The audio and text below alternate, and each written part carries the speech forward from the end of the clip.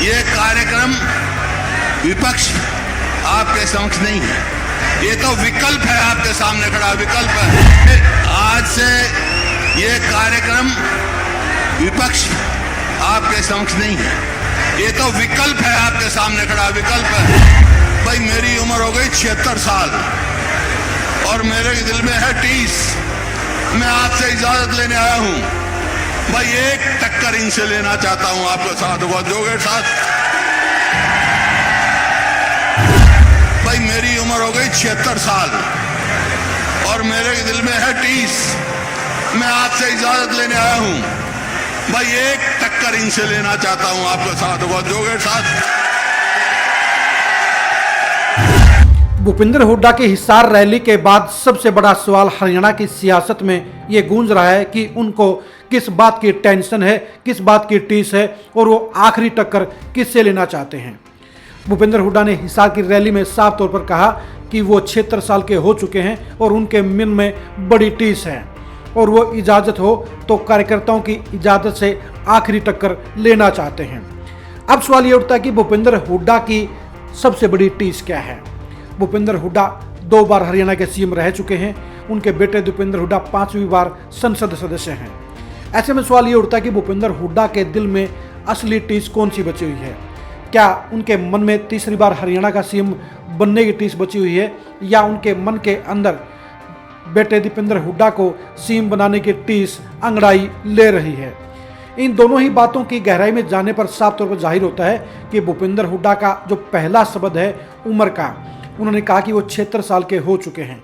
यानी भूपेंद्र हुड्डा मान चुके हैं कि वो अपनी सियासत की आखिरी पारी लड़ रहे हैं और वो इसीलिए आखिरी टक्कर लेना चाहते हैं और अपनी टीस को पूरा करना चाहते हैं।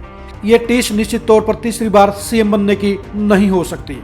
ये बात जग जाहिर है कि भूपेंद्र हुड्डा का सबसे बड़ा ख्वाब और सबसे बड़ी टीस अपने बेटे दीपेंद्र हुड्डा को सीएम बनाने की है। असल में बात यह है कि इसको टीस नहीं कहेंगे बल्कि इसको सबसे बड़ा अरमान कहेंगे।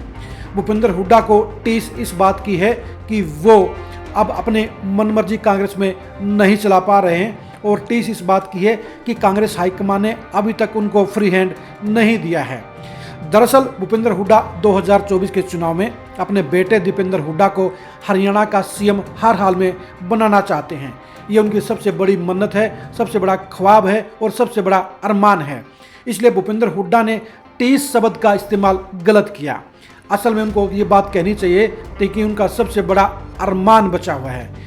भूपेंद्र हुड्डा बखूबी जानते हैं कि वो अगर 2024 के चुनाव में बेटे दीपेंद्र हुड्डा को सीएम नहीं बनवा पाए तो 2029 के चुनाव में वो लक्ष्य नामुमकिन हो जाएगा, क्योंकि उनके रिटायर होने के बाद दीपेंद्र हुड्डा को कोई नहीं पूछेगा और सीनियरिटी के मामले में कुमारी शैलजा, रणदीप सुरजेवाला, किरण चौधरी और कैप्टन अजय यादव उन पर भारी पड़ेंगे और ऐसे हालात में वो किसी भी सूरत में बेटे दीपेंद्र हुड्डा को 2029 में हरियाणा का सीएम नहीं बनवा पाएंगे। इसलिए भूपेंद्र हुड्डा 2024 के चुनाव में हर हाल में अपने बेटे दीपेंद्र हुड्डा को हरियाणा का सीएम बनाना चाहते हैं।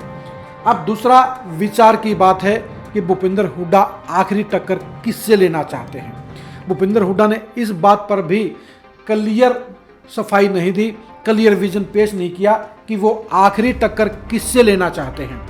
क्या वो आखिरी टक्कर बीजेपी से लेना चाहते हैं? क्या वो आखिरी टक्कर इनेलो से लेना चाहते हैं?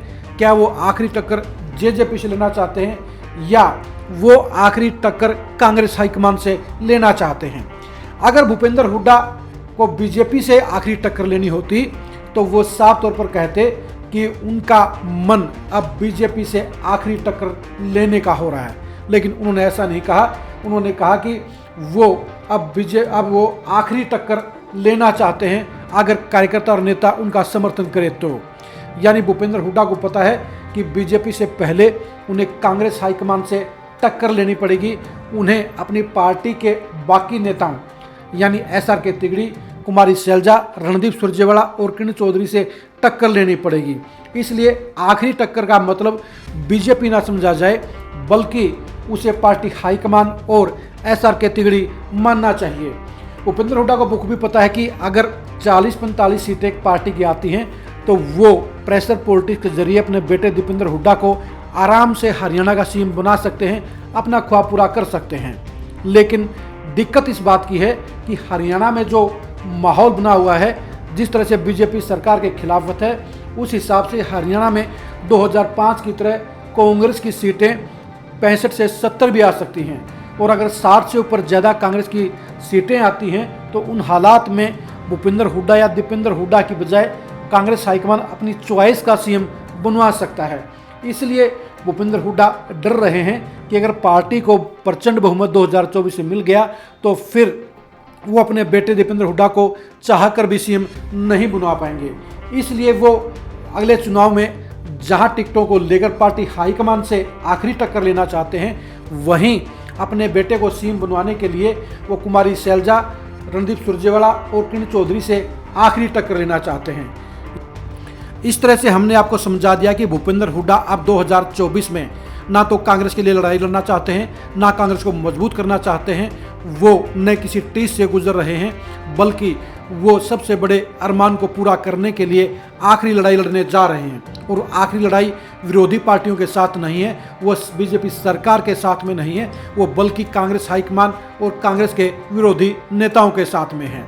अब कांग्रेस हाईकमान को भी सचेत हो जाना चाहिए कि जिस तरह से 2019 के अंदर पहले भूपेंद्र हुड्डा ने अपने सियासी अरमानों को पूरा करने के लिए खुद और बेटे के साथ लोकसभा का चुनाव लड़ा और उसके बाद चुनाव हारने के उपरांत उन्होंने अगस्त में ये कह दिया कि ये कांग्रेस वो नहीं है जिसे वो जानते थे।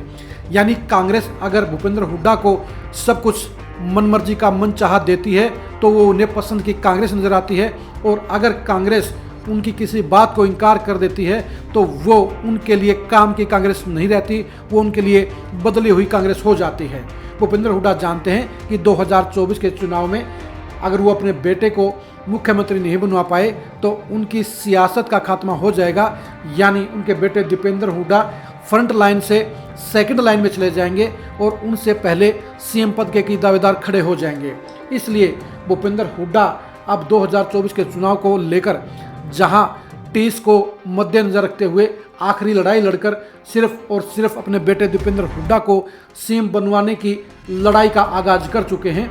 आपको यह भी बता दें कि हिसार रैली में भूपेंद्र हुड्डा ने कांग्रेस हाईकमान से पूछे बिना ही खुद को विकल्प घोषित कर दिया और ये कह दिया कि वो अब सभी 90 हलकों में जाने का काम करेंगे। बगैर कांग्रेस हाईकमान की घोषणा के भूपेंद्र हुड्डा का खुद को विकल्प के तौर पर साबित करना भी ये जाहिर कर देता है कि वो वन मैन आर्मी के तौर पर अपनी आखिरी लड़ाई लड़ने जा रहे हैं और इस लड़ाई के अंदर वो कांग्रेस हाईकमान को भी ठेंगा दिखाने से गुरेज नहीं करेंगे। कांग्रेस हाईकमान और हरियाणा कांग्रेस प्रभारी दीपक बाबरिया को ये बात साफ तौर पर समझ लेनी चाहिए कि भूपेंद्र हुड्डा के लिए न तो कांग्रेस मायने रखती है, ना गांधी परिवार मायने रखता है, ना कांग्रेस की सरकार मायने रखती है, बल्कि वो सिर्फ और सिर्फ उनके लिए अपने बेटे को सीएम बनाने की बात मायने रखती है। भूपेंद्र हुड्डा ने हिसार के अंदर ना कांग्रेस का नाम लिया, ना उन्होंने सोनिया गांधी का नाम लिया, ना उन्होंने राहुल गांधी की तारीफ की। उन्होंने सिर्फ और सिर्फ अपने बेटे को सीएम बनवाने के लिए आखिरी लड़ाई लड़ने की बात की। अब देखने की बात यही है कि कांग्रेस हाईकमान भूपेंद्र हुड्डा के इस छुपे हुए एजेंडे को पहचानने में सफल हो पाती है या नहीं हो पाती है। लेकिन ये तय है कि भूपेंद्र हुड्डा 2024 में बड़ा खेल खेलने का काम करेंगे और इस खेल का आखिरी और अंतिम लक्ष्य दीपेंद्र हुड्डा को सीएम बनाना होगा। कांग्रेस हाईकमान और भूपेंद्र हुड्डा के बीच शुरू हुई इस आंख मिचौली पर फोकस रखने के लिए, जानकारी लेने के लिए आप लगातार खरी खरी न्यूज़ के साथ जुड़े रहिए। आप हमारे फेसबुक पेज को लाइक कीजिए और यूट्यूब चैनल को सब्सक्राइब कीजिए। नमस्कार।